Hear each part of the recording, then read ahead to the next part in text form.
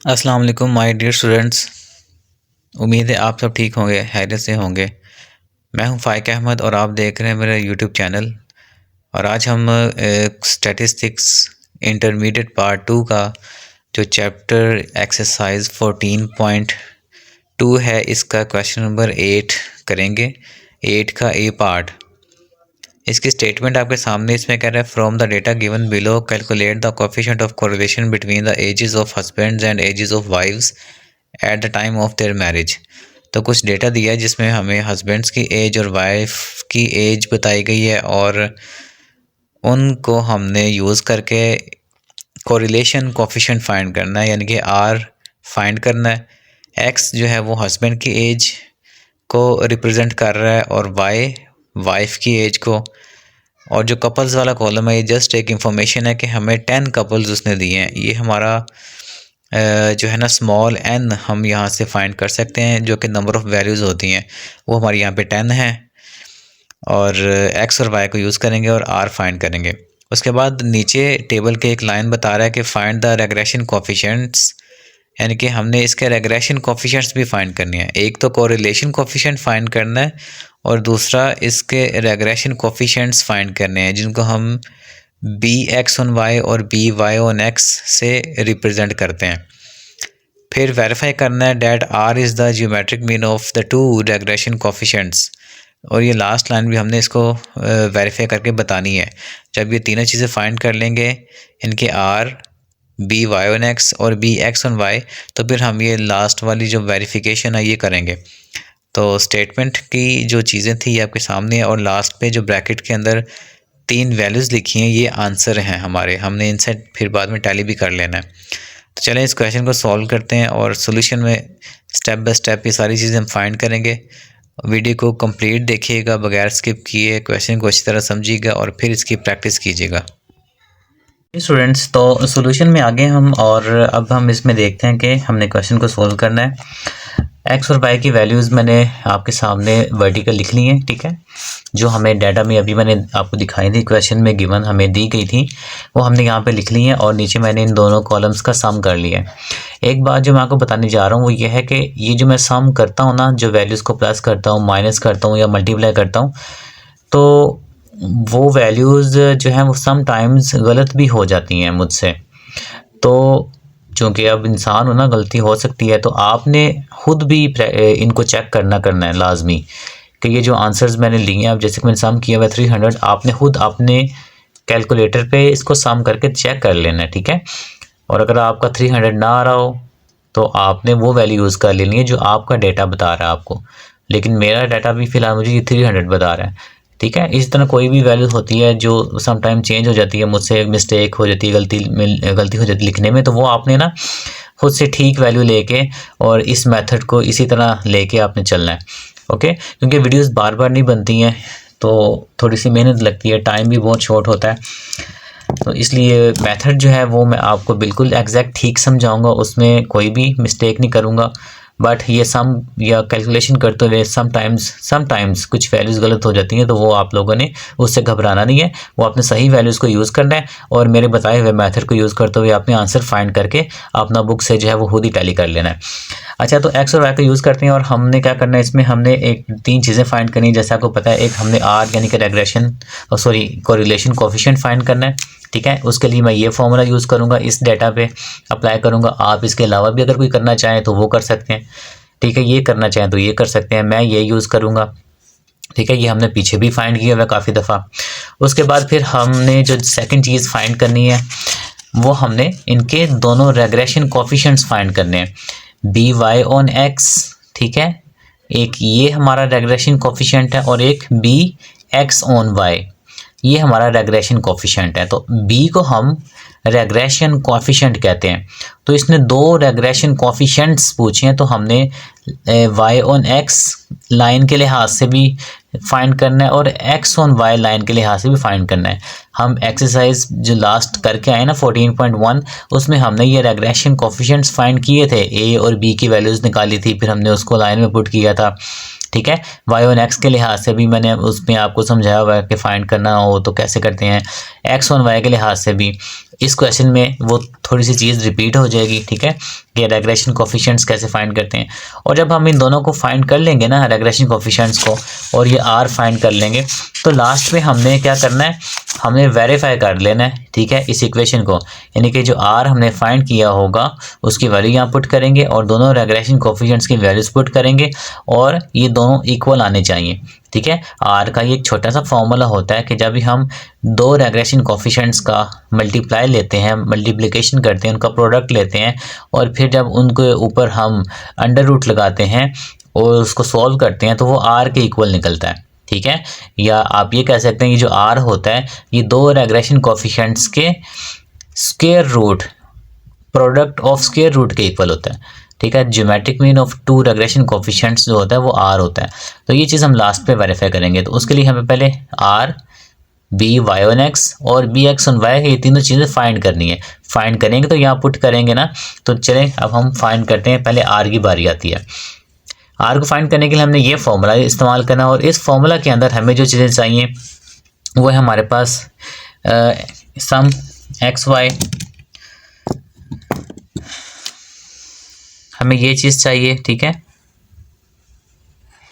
हमें x Y का सम चाहिए, हमें एक्स का सम चाहिए, हमें वाई का सम चाहिए, हमें एक्स स्क्वायर का सम चाहिए और हमें वाई स्क्वायर का सम चाहिए। 1 2 3 4 5 यानी कि 5 कॉलम्स हमने ऊपर बनाए हैं टेबल के अंदर। दो तो हमें ऑलरेडी गिवन है ना, एक्स का और वाई का कॉलम हमें दिया हुआ है तो वो हमने उन दोनों के सम ले लेने हैं जो मैंने यहाँ पे लिए हैं। बाकी ये तीन रह गए हैं, एक्स वाई, एक्स स्क्वायर और वाई स्क्वायर, ठीक है। ये तीन कॉलम्स हम यहाँ पे बनाएंगे और फिर उनके सम उठा के फॉर्मूला में पुट कर देंगे। और एन, जैसे कि आपको पता है कि एन हम जो वैल्यूज़ की तादाद होती है, टोटल नंबर ऑफ़ वैल्यूज़ होती है, उनको एन कहते हैं, ठीक है। वो हम यहाँ से गिन लेंगे 1 2 3 4 5 6 7 8 9 10। तो इसमें हमारा जो एन है वो है 10, ठीक है। स्मॉल एन यहाँ छोटा सा लिख देता हूँ, ये हमारा 10 आ रहा है। ये हमने एन यहाँ पुट कर लेना, जहाँ जहाँ भी फॉर्मूला में एन नज़र आ रहा है वहाँ पे हम ये 10 पुट कर देंगे, ठीक है। तो नेक्स्ट कॉलम जैसे कि मैंने आपको बताया था एक्स वाई का बनाना है। तो एक्स और वाई आपस में मल्टीप्लाई हो रहे हैं ना, तो हम फर्स्ट 28 को इसके सामने वाली वाई 27 से मल्टीप्लाई करते हैं तो हमारा एक्स आ जाएगा, ठीक है। 27 मल्टीप्लाई बाय 28 मल्टीप्लाई बाय 27, तो जब हम इनका करेंगे तो हमारा 756, ठीक है, 756। ये मेरी पहली वैल्यू आ गई है एक्स वाई की, ठीक है। इसको मैं ब्लू से लिख रहा हूँ। अच्छा चलें, इसी तरह हमने बाकी सारी वैल्यूज जितनी भी है ना स्टूडेंट्स इसकी एक्स वाई की वो फाइंड करते जाना है। नेक्स्ट हम 27 को मल्टीप्लाई करेंगे 20 के साथ, तो 27 मल्टीप्लाई बाय 20 तो आ जाएगा 540। इसी तरह हर एक्स को उसके सामने वाली वाई से मल्टीप्लाई करना है और आंसर यहाँ लिख देना है। इनको मल्टीप्लाई करेंगे आंसर यहाँ। तो मैं सारा कॉलम लिख के ना वीडियो को स्किप कर रहा हूँ, फिर मैं आता हूँ आपके पास वापस। जी स्टूडेंट्स, तो ये मैंने कॉलम कंप्लीट किया और लास्ट पे मैंने इसका सम भी कर लिया, यानी कि मैंने इन सारे वैल्यूज़ को जमा करके इसका आंसर भी फाइंड कर लिया 7623, ठीक है। ये मैंने यहाँ पे नीचे सबसे यहाँ पे लिख दिया। नेक्स्ट कॉलम हम बनाएंगे एक्स स्क्वायर का और वाई स्क्वायर का। तो आपने इसी तरह एक्स का जो वैल्यूज़ है उनका स्क्वायर करते जाना है और एक्स के कॉलम यानी कि स्क्वायर के कॉलम में लिख लेना है। 28 का स्क्वायर यहाँ पे आ जाएगा, ठीक है। और स्क्वायर जब भी करते हैं तो आपको पता है ये कैलकुलेटर पे एक साइन होता है, ये एक्स के ऊपर देखें छोटा सा ये वाला, ठीक है। ये देखें, ये नज़र आ रहा होगा 2 लिखा हुआ है, तो ये स्क्वायर होता है। इसको जब दबाएंगे तो 28 के ऊपर देखें 2 आ गया, स्क्वायर आ गया। तो ये इक्वल दबाएंगे तो आपका 28 का स्क्वायर आ जाएगा, ठीक है। 28 का 784, तो 784 हम इस तरह से यहाँ पर लिख देंगे। इसी तरह मैं सारा कॉलम कंप्लीट करके फिर वापस आता हूँ, इन सारी एक्स की वैल्यूज़ का स्क्वायर करके आंसर यहाँ पे लिख के और इसका सम करके आपके पास वापस आता हूँ। और फिर वाई का भी मैं करके आता हूँ, ठीक है। दोनों इकट्ठे कर लेता हूँ ताकि टाइम सेव हो जाए। वाई का जब स्क्वायर करते जाएंगे तो वाई स्क्वायर के अंदर लिखते जाएंगे, ठीक है। तो ये दोनों कॉलम मैं कंप्लीट करके सम लेके आपके पास वापस आता हूँ। जी स्टूडेंट्स, तो ये दोनों कॉलम्स मैंने कंप्लीट कर लिए, ठीक है, और इन सारे जो कॉलम्स हैं इनके सम आपके सामने हैं। अब उठाएंगे और फॉर्मूला के अंदर जो नीचे दिया गया है इसमें पुट कर देते हैं। ओके, तो चलें इसको हम सॉल्व करते हैं। n हमारे पास ये पहली n की वैल्यू है, तो ये r यहाँ पे आ जाएगा, ठीक है। ये मैं बटा लगा लेता हूँ पहले। n जैसे कि बताया था आपको 10 है हमारा, तो ये हमारा 10 आ जाएगा। फिर ब्रैकेट, चूँकि n इससे मल्टीप्लाई हो रही है तो मैं ब्रैकेट लगा रहा हूँ, ठीक है, मल्टीप्लाई के लिए। सम एक्स वाई, यानी कि एक्स वाई के कॉलम का सम मेरे पास ये है ऊपर 7 6 2 3, ठीक है। उठाया वहाँ से फॉर्मूला पुट कर दिया, माइनस सम किसका चाहिए, एक्स का सम है यहाँ पे 300। फिर y का सम है मेरे पास 250, ठीक है। ऊपर वाली चीज़ें पूरी होगी, नीचे आ जाए। नीचे पहले तो अंडर रूट भी है मेरे पास, वो भी लगाना है आपने याद से लाजमी, ठीक है। अंडर रूट नहीं भूलना, अक्सर क्वेश्चन में मिस्टेक हो जाती है कि अंडर रूट लगाना भूल जाते हैं, तो वो फिर कैलकुलेशन में नहीं आता ना, तो आंसर गलत हो जाता है। अच्छा, फिर ये ब्रैकेट जो बड़ी वाली है वो मैं लगाऊंगा। फिर n की वैल्यू लिखूंगा 10। फिर चूंकि n इससे मल्टीप्लाई हो रहा है तो उसको मल्टीप्लाई को शो करने के लिए मैं ब्रैकेट्स के अंदर लिख रहा हूँ। एक्स स्क्वेयर का सम, ठीक है, वो है मेरे पास 9138। ये 10 से मल्टीप्लाई हो रहा है। ओके, फिर माइनस का साइन आ जाएगा। फिर जो x का सम है उसका स्क्वायर है, यानी कि x का सम पहले देखें वो है 300, तो पहले तो 300 लिखते हैं यहाँ पे, और फिर ब्रैकेट के बाद ऊपर इसका स्क्वायर लिख देते हैं, क्योंकि स्क्वायर फॉर्मूले के अंदर है तो वो हम यहाँ पे लिखेंगे। अगली फिर ब्रैकेट स्टार्ट किया, उसके बाद फिर n आ गया और इसकी वैल्यू हमारे पास 10 है। फिर है सम वाई स्क्वायर, यानी कि वाई स्क्वायर का सम वो है ऊपर ये 6414, इसको पुट किया, माइनस का साइन, और सम वाई जो मेरे पास था 250 वो लिखा, और ऊपर इसका स्क्वायर है, इसको स्क्वायर डाला और ब्रैकेट को कर दिया क्लोज। ये सारी वैल्यूज़ हमने क्या किया, उठाई हैं और इस फार्मूला के अंदर, यानी कि कोरिलेशन कोएफिशिएंट के फार्मूला के अंदर, आर के फार्मूला के अंदर पुट कर दिए हैं। अब हम इनको सॉल्व कर लेंगे। सॉल्व करेंगे तो 10 को इससे मल्टीप्लाई करेंगे ऊपर, ठीक है। कैलकुलेटर आपने करना है सारा यूज़, खुद से दिमाग नहीं लड़ाना, ठीक है। मुझे पता है आप सब बहुत होशियार हैं, माशाल्लाह अच्छे बच्चे हैं, तो फिर भी इसका यूज़ लाजमी करना है। तो 10 को मल्टीप्लाई किया इसके साथ, तो ये आंसर है। इसको उठाएंगे और इसकी जगह पुट कर देंगे, ठीक है।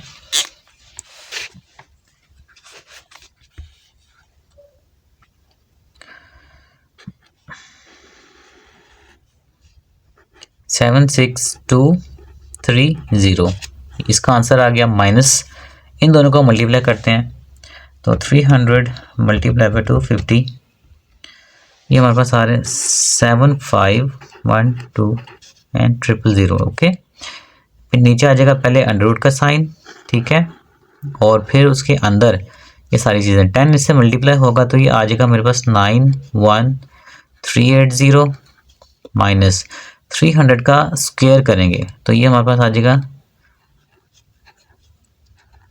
ठीक है, 90000। ब्रैकेट बड़ी वाली मैंने क्लोज कर दी, ठीक है, ये जो बाहर वाली थी। उसके बाद अगली ब्रैकेट शुरू करते हैं। 10 इससे मल्टीप्लाई हो जाएगा तो ये आएगा 64140 माइनस 250 का स्क्वायर वो मैं कैलकुलेटर से करता हूँ। 250 का स्क्वायर करूँगा तो मेरे पास आ जाएगा 62500, ब्रैकेट क्लोज। देखें मज़ीद सिंप्लीफाई हो गया ना। ऊपर वाली वैल्यूज़ को माइनस करना है, जो आंसर आएगा वो लिखना है। अगला स्टेप अब आपने खुद करना है, मेरे पास यहाँ पे जगह ख़त्म हो गई है। फिर नीचे जब आएंगे तो इनको माइनस करके इनका आंसर यहाँ लिख लेना है, इनको माइनस करके इनका आंसर यहाँ लिख लेना है। जो नीचे दो आंसर आएंगे उनको आपस में मल्टीप्लाई कर लेना है। पहले करना है मल्टीप्लाई, फिर जो आंसर आएगा उसका आपने लेना है अंडर रूट, ठीक है। ये जैसे जैसे मैं स्टेप बाय स्टेप बता रहा हूँ आपने वैसे ही करना है। अंडर रूट लेने के बाद जो आंसर आएगा ना फाइनल नीचे, वो एक सिंगल वैल्यू आ जाएगी, और इसी तरह ऊपर जब इनको माइनस करेंगे तो एक सिंगल वैल्यू आ जाएगी।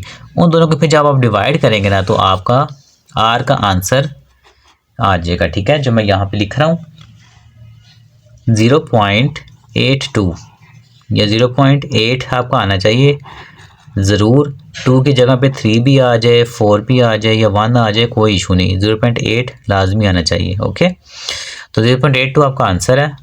आर का, ये आर हमने फाइंड कर लिया। मेथड आपको समझ आ गया होगा, वैल्यूज़ को कैलकुलेशन, ठीक है, वो भी समझ आ गई होगी। आर को फाइंड करने के बाद अगला स्टेप हमारा है रेग्रेशन कोएफिशिएंट्स को फाइंड करना, जो कि मैंने यहाँ पे इनके फॉर्मूलाज लिखे हैं, ठीक है, वो मैं आपको बताता हूँ।